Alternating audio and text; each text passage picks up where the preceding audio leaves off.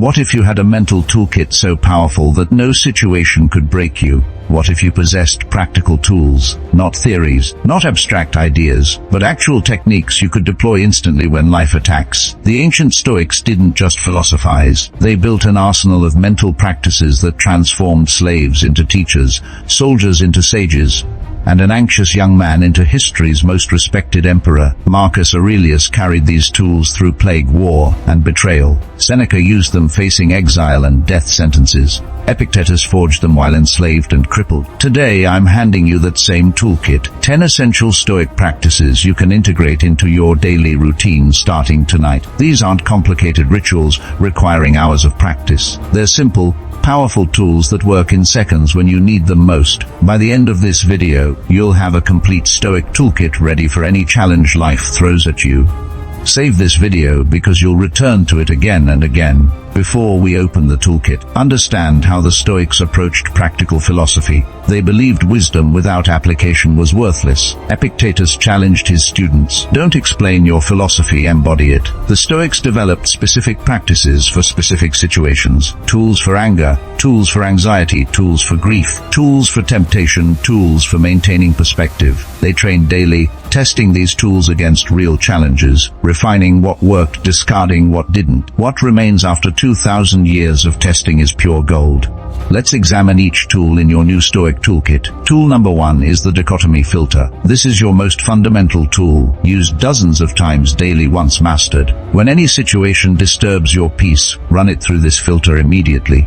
Ask yourself, is this within my control or outside it? Epictetus opened his Enchiridion with this distinction. Some things are within our power, while others are not. Within your control sits your judgments, your efforts, your responses, your character. Outside your control sits everything else. Other people's actions, external outcomes, the past, weather, economy, whether someone likes you. Here's how to use this tool practically. Something bothers you, pause. Ask the filter question. If it's outside your control, consciously release it. Say internally, "Not my jurisdiction." Redirect energy to what you can influence. If it's within your control, take action. Don't worry, act. Marcus Aurelius wrote in Book 6, Section 400, "Accept the things to which fate binds you, and love the people with whom fate brings you together." Acceptance applies to the uncontrollable. Action applies to the controllable. The filter separates them instantly. Tool number 2 is the pause button. This tool creates space between stimulus and response. When triggered by an insult, an unexpected problem, a frustrating person,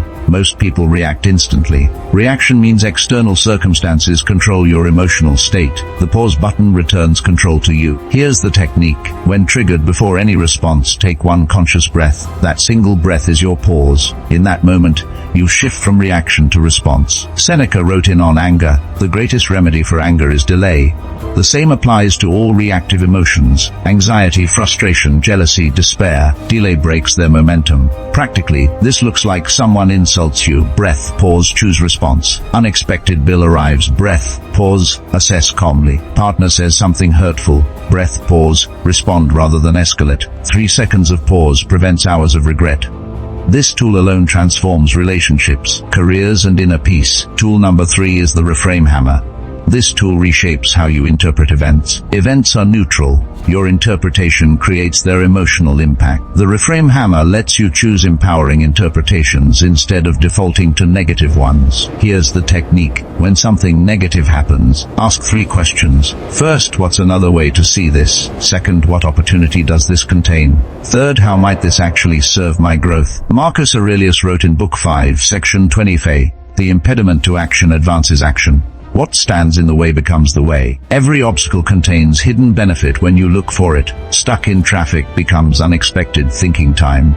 Job rejection becomes redirection to better opportunities. Failed relationship becomes education for future connection. The reframe hammer doesn't deny difficulty. It extracts value from it. You'll still feel initial disappointment or frustration. The reframe transforms what follows, preventing spirals into despair or prolonged suffering. Tool number 4 is the control dial. While the dichotomy filter categorizes situations as controllable or not, the control dial helps you adjust your effort appropriately. Some situations deserve maximum effort, others deserve minimal energy. This tool prevents exhausting yourself on low-priority battles, while ensuring you fully engage important ones. Here's the technique. When facing any challenge or decision, ask on a scale of 1 to 10, how much does this actually matter to my life and values? Then adjust your energy accordingly. A rude stranger's comment, maybe a 2, minimal energy, quick release, your child's well-being, a 10, full engagement, maximum effort. Most people treat everything as urgent and important, depleting themselves on trivialities while having nothing left for what matters. Marcus Aurelius wrote in Book 4, Section 32v, think of yourself as dead. You have lived your life, now take what's left and live it properly. Limited time means limited energy. The control dial allocates both wisely. Tool number 5 is the perspective telescope. This tool zooms out when problems feel overwhelming. When you're trapped in difficulty, perspective shrinks. Your problem becomes the entire universe. The perspective telescope expands your view, showing problems as small parts of a much larger picture. Here's the technique. When overwhelmed, mentally zoom out progressively. See yourself from above, a figure in a room. Zoom out further, the building, the city, the country, the planet, the solar system, the galaxy. Marcus Aurelius practiced this in Book 7, Section 48, describing human life as yesterday a drop of semen, tomorrow embalming fluid or ashes. From cosmic perspective, your current crisis is a brief moment in infinite time. This doesn't minimize genuine pain. It right-sizes it. Your problems are real but temporary. Generations faced similar struggles before you. Generations will face them after. You're part of something much larger than this moment's difficulty. Tool number 6 is the negative visualization lens. This tool prevents taking good things for granted while preparing you for adversity. Most people only appreciate what they have after losing it. This lens lets you appreciate now while building resilience for potential loss. Here's the technique. Briefly imagine losing something you value, your health, a relationship, your home, your abilities.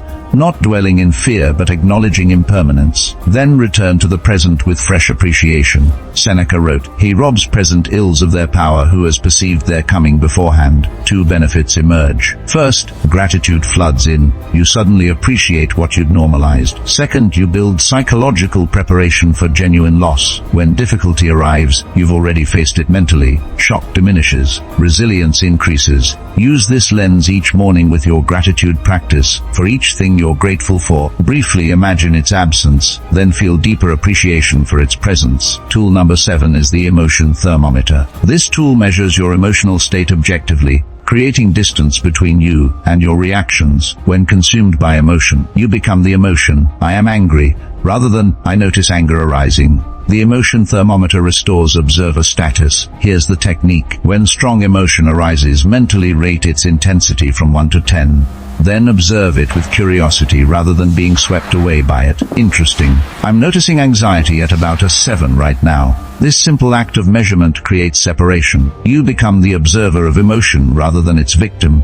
Epictetus taught, it is not things that disturb us, but our judgments about things. The emotion thermometer helps you watch judgments forming rather than being controlled by them. Over time, you'll notice that simply observing emotions often reduces their intensity. Watched emotions behave differently than unobserved ones. Tool number 8 is the virtue compass. This tool guides decisions by orienting toward character rather than circumstance. When facing difficult choices, most people ask, the virtue compass asks, what does virtue require here? The Stoics identified 4 cardinal virtues: wisdom, courage, justice, and temperance. Here's the technique. When facing any decision, ask, what would wisdom choose? What does courage require? What does justice demand? What would temperance advise? Marcus Aurelius used this constantly, writing in Book 5, Section 9, not to be driven this way and that, but always to behave with justice and see things as they are. The virtue compass cuts through confusion. Often we know the right action but resist it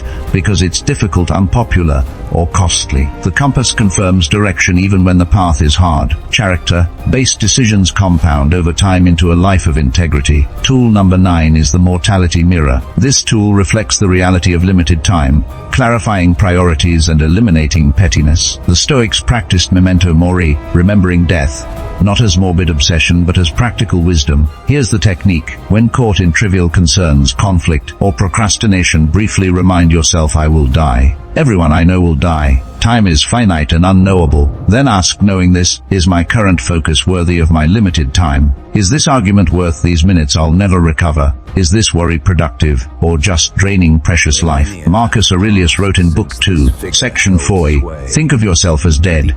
You have lived your life. Now take what's left and live it properly. The mortality mirror dissolves pettiness instantly. Grudges seem ridiculous. Trivial conflicts lose power. What remains is what actually matters: connection, contribution, growth, presence. Use this tool when you're wasting time or energy on things that won't matter. Tool number 10 is the Evening Review Notebook. This tool processes each day's experiences, extracting lessons and preventing accumulated mental clutter. Without review, days blur together. Mistakes repeat. Growth stalls. The Evening Review creates continuous refinement. Here's the technique. Each night, spend 5 minutes answering 3 questions. First, what did I do well today? Acknowledge wins, however small, moments of patience, discipline, kindness, or wisdom. Second, where did I fall short? Not self-flagellation, but honest assessment. Where did you react instead of respond? Where did you violate your own values? Third, what will I do differently tomorrow? Transform today's lessons into tomorrow's intentions. Seneca practiced this religiously, writing, "When the light has been removed and my wife has fallen silent, I examine my entire day and go back over what I've done and said." This nightly practice compounds remarkably. Small daily improvements become massive transformation over months. Now let me show you how these tools work together in real scenarios. Scenario 1, a workplace conflict. Your colleague criticizes your work publicly in a meeting. Here's your toolkit in action. First, hit the pause button.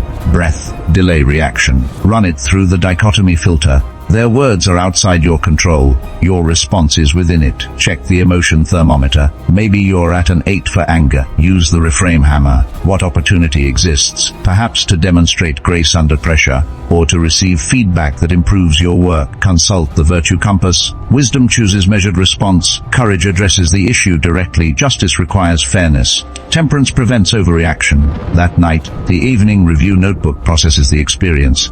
What went well? What didn't? What you'll do differently? One situation, multiple tools working together. Scenario 2, health anxiety. You discover a symptom and immediately catastrophize, imagining worst-case diagnosis. Apply the dichotomy filter. You control getting appropriate medical attention, not the diagnosis itself. Use the perspective telescope. Zoom out. See this moment in cosmic context. Remember, humans have faced health fears since existence began. Check the negative visualization lens. If the worst happened, how would you cope? Humans survive remarkable difficulties. Run the emotion thermometer. Maybe anxiety sits at 9.